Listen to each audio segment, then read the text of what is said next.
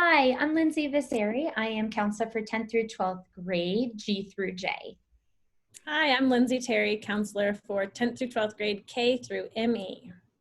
We're going to be talking to you about the SAT and ACT. We're going to start by defining it, talking about the details of SAT and ACT, and then we'll move into talking about testing in the time of COVID. So to get you started, testing, or what is the SAT? The SAT is an entrance exam that is used by colleges to look at your comprehension of the curriculum that you've learned over the years. So it's really looking at what you've learned and how much you've retained. Colleges like it because it gives them a sense of what you've truly understood and internalized. The GPA shows colleges your work level. The SAT often will show that comprehension level. So it gives them another data point to focus on who you are as a student and gives them more information around your academic career. There are two sections in the SAT. There is math, and then there is a reading and writing section. There is also an optional essay that you can do, but that is based off of some schools require it, but not all schools do. And so for the SAT and what your schools require around the SAT, it makes sense to go to that college's website and look at what is required and not required. The ACT is very similar to the SAT in the sense that colleges really use them in the same format, in the same way to evaluate you.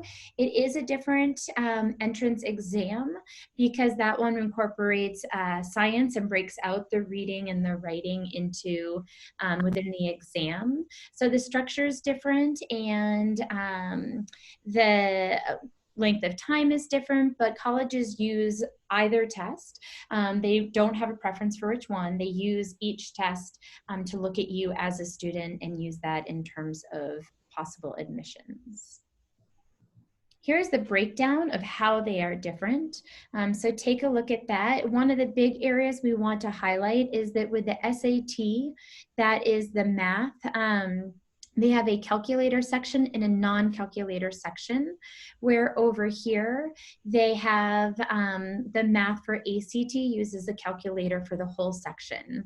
The other big difference really falls within that science reasoning section that is on the ACT, where that science is not on the SAT. And then you can see the hours are about the same. And like we said, colleges really do look at the tests as comparable and as the same without having a preference for one or the other. So really looking at the two tests, you get to base that decision looking at which content you would rather be tested over and time and length of those pieces. So which test should I take? That's always a question that we get, and that really depends on your comfort. So in the best case scenario, you would take both. You would take one ACT and one SAT and then be able to compare your scores. Almost always we see that people's scores align and that their SAT score is comparable to their ACT score, but every once in a while I will have a student whose ACT is significantly higher than what the SAT predicted it to be. And so we do recommend trying both and seeing if you are one of those students that the ACT is significantly higher. There are also practice exams on Khan Academy, and just a search of ACT practice exams. There are practice ones online that you could take if you didn't want to take an official test, and see which one you prefer. Also, right now, honestly, a big determinant of which test to take is falling on where you can get a test date and what testing centers are open for what tests and what times, as testing centers are closing and canceling dates. So definitely look at availability. And if you can, and health-wise it makes sense to get a test score, then look at the availability and jump in and grab one. And then the other piece that we find students really focus their choice on is around that access to a calculator or no calculator. The SAT subject tests. So the ACT and the SAT are tests that cover general themes, some content, but really look at how you think, how you answer, how you reason, and how you are really taking those large concepts of the math and reading and demonstrating knowledge. For SAT subject tests, it's really specific to content. So for instance, if you are doing the SAT subject test that is US history, it is going to be specific content questions around US history.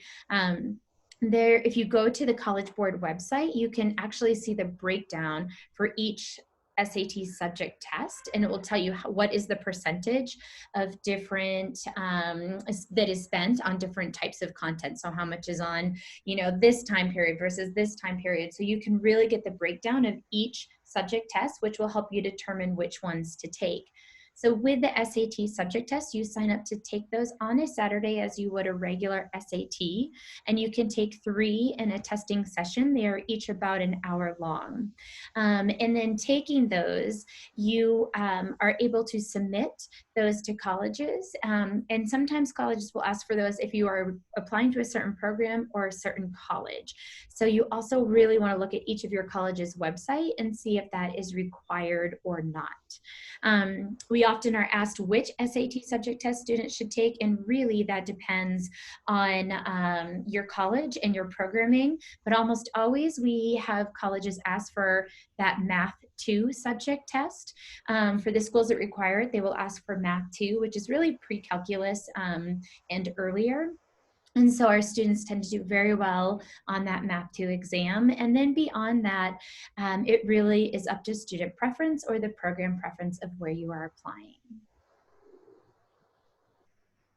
Now I'm going to pass it off to Miss Terry.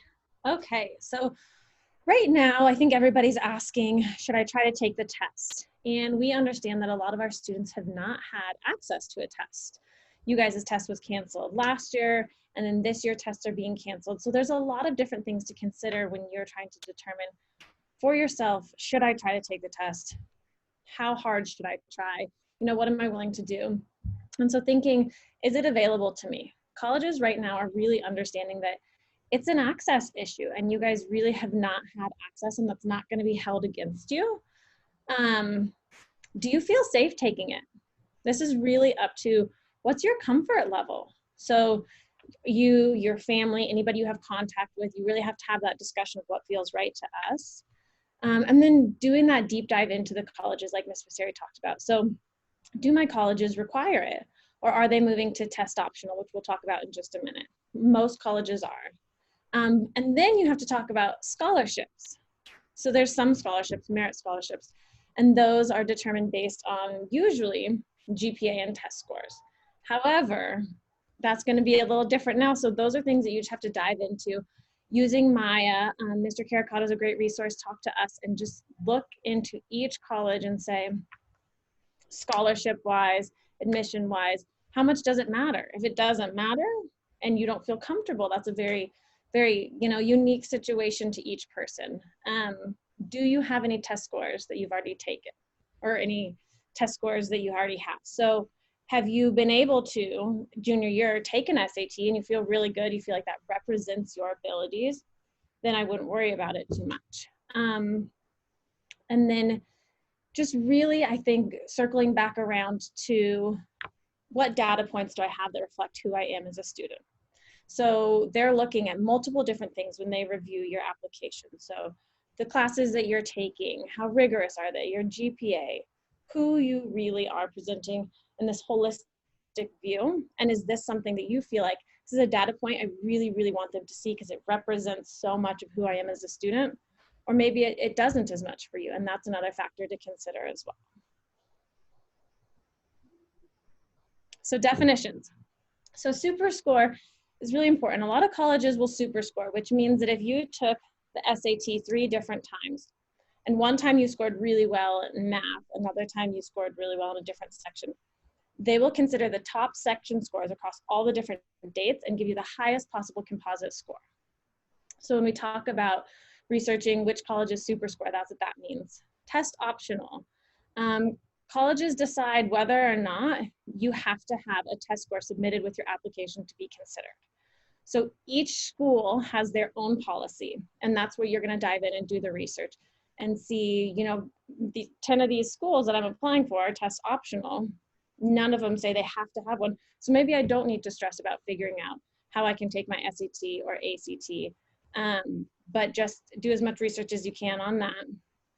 Test flexible, that's where you can submit different various standardized test scores. So some schools might say, okay, you could do your AP test score instead of an SAT. And again, that'll all be on their website. Fairtest.org is a wonderful resource that will detail all of this for you, and then it has a list. These are all the test optional schools. Most schools are moving to test optional at this time, but again, look on Maya, look on their website, and just really focus on finding that information to determine your plan. Okay, so if you did sign up, things that you need to be prepared for. You will need to bring a mask or some sort of like face shield, something protective. You'll have to wear it through the entirety of your test. You'll be seated 6 feet away from other people. Make sure that you're just checking back to see, is my test still on? Are there any other requirements? Any other policies that I need to be aware of? If you feel sick, obviously stay home. And then, you know, just making sure that once you get to that day, you're again visiting your personal like safety feelings of doing this. Okay, should I submit my test score?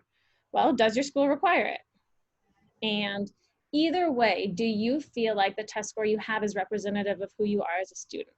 Is it a data point that you are like, you know what, this shows them how hard I've worked, how much I retain information, just how comprehensive my understanding of all my high school curriculum is? If it's optional, you really want to consider, is it higher than the average for my school? If it is, absolutely submit it. The Maya Learning website has a scatter plot of the former E students accepted. So you can go on and look and say, okay, here was their GPA, here was their test score, and you can see who is accepted, waitlisted, and denied. And that's a really, really great resource for determining where you fall and if you should submit your score or not. And then just other factors to consider during this time. Schools that are moving to test optional are saying they're taking a more holistic review approach to looking at you guys' applications. And really what that means is that if you're not submitting test scores, what are your other data points and how are you making those as strong as possible? So your personal statement is going to be big this year. So making sure that you check in with the video we're putting up about how to do a personal statement, and then just also making sure that it's really a reflection of one or two things you really want them to learn about you. So who am I as a person? And what do I want you to know about me in terms of how I can impact your classroom, how I can impact your campus? You're gonna wanna focus a lot on that and make sure you have people help you with that process. So when you're done, ask your counselor to read it, English teacher to read it, parents to read it.